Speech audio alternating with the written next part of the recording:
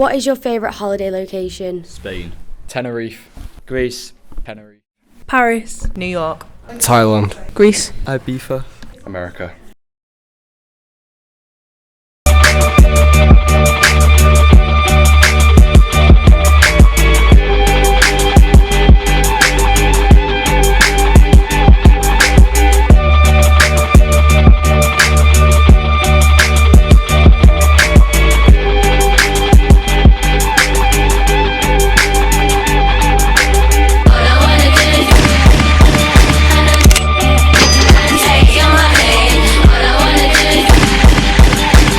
Hello, I'm Molly Mills and I'd like to welcome you to the Catch Flights Not Feelings podcast, a podcast about, you guessed it, travel.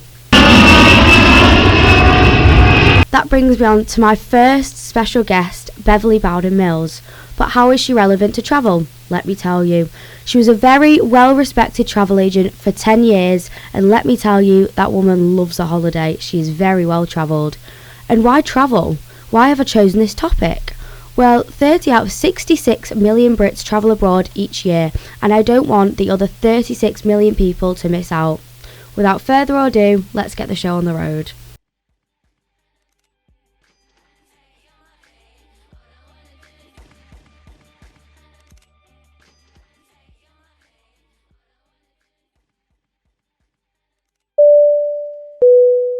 How did you get a job being a travel agent? Well, my next door neighbour had the local travel agent where I lived down south in a little village called New Milton. So I went and did my work experience there for school and I just loved it. And I ended up getting a Saturday job there. I was a travel agent for just over 10 years. Definitely the favourite part was back a few years, well, it was quite a while back when I was a travel agent, was the fact that you used to get all the free sort of trips to go and review different places. So I had some amazing freebie holidays.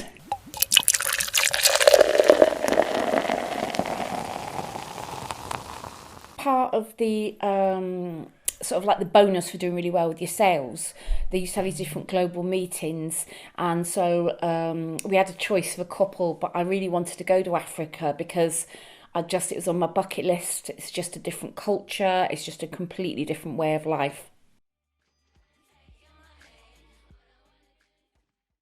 Some of the best accommodation in Africa are the Noka Camp, based in South Africa, the Poland Serena Hotel, based in Mapitas, the Mara Expedition Camp, based in Kenya, and finally the Villa Maroc, based in Morocco.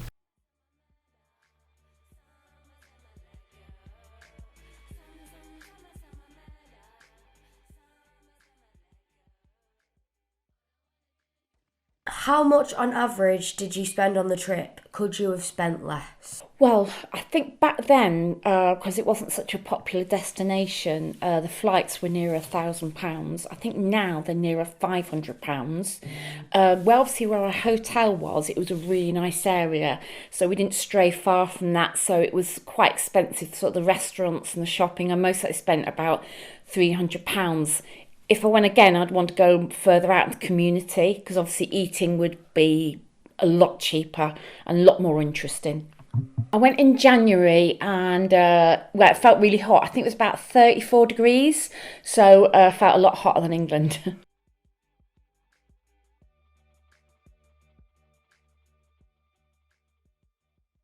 The average weather in Africa is 22 degrees, with the highest temperature being 32 degrees in January and the lowest temperature being below 20 degrees from June to August. What type of people would you recommend to go to South Africa and why? I think it's people that are quite adventurous even now, because it's a whole new culture. It's very, very different. There was lots of people just dancing, singing, everyone. There was music, everybody smiling. It was absolutely brilliant. Some of the most famous traditions in Africa are the courtship dance of the Wandabi. This is a tradition that sees men dress up in elaborate ornamentation and traditional face paint and dance and sing together, with the goal being to get the attention of the judges. The final tradition I will tell you about is the healing dance of the San, a tribal tradition that is arguably the most magical. This is a trance dance known as a healing dance, where the whole community comes together around a fire for several hours, or even an entire night. They are led by healers and elders as they dance around the fire, chant and hyperventilate until they induce a powerful trance-like state. Some of the best nightlife belongs in Marrakesh in Morocco. The nightlife scene in Marrakesh delivers an upscale experience throughout the entire city. The city offers everything from modern nightclubs to traditional belly dancer performances. The final popular destination I'll be telling you about is Kampala in Uganda. Uganda's capital, Kampala, is a major scene for nightlife in Africa. Kampala has nightlife sustainable for all partygoers and has quickly become a notorious city thanks to the amount of fun you can have on any given night there.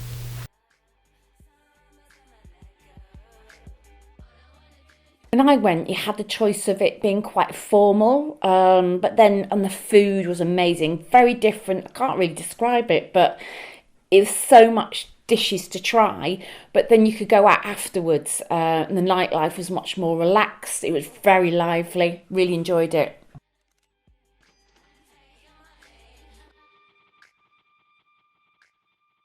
Some traditional dishes from Africa are boboli, considered by many to be the South African national dish. Boboli is a meat-based dish and one of the most well-known.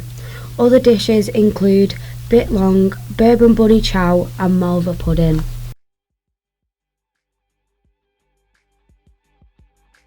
Did you enjoy the accommodation you stayed in and why?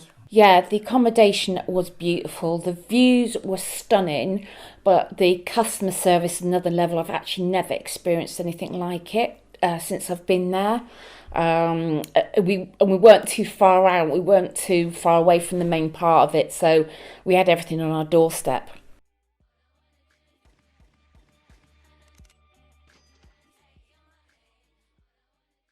What was your favourite memory from that trip? Actually, it was a bit of a mad memory. We were out as a group, we were out, there's like this big festival on, and actually the King of Africa came over to speak to all of us and we shook his hand, so a bit of a crazy memory. And finally, do you have any funny stories / memorable stories from that trip? If so, what were they? Well, it was a bit terrifying, but we were on a trip through to the next town and we were the only two white people on the bus. And because we were with all these people from South Africa, the police pulled over and wanted our passports. And we thought we were going to get dragged off the bus. But luckily, obviously they were convinced we were there for tourism because obviously it was very new back then. And I'm here now to tell the story. Sums up this little interview with Beverly Bowden. Thank you so much for being on the podcast. See you later. Thank you.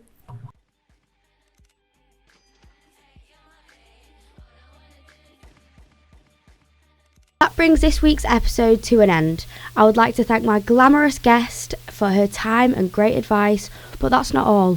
I know you're all longing for future content and I can tell you to expect big things from me and my podcast. We will have more exciting guests with even better advice and new holiday guests.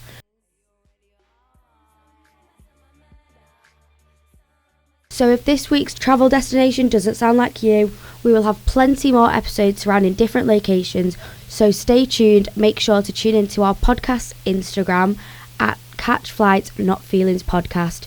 As well, you can find that on Instagram, Spotify, Apple Podcasts, Twitter, Facebook, and most importantly, our website.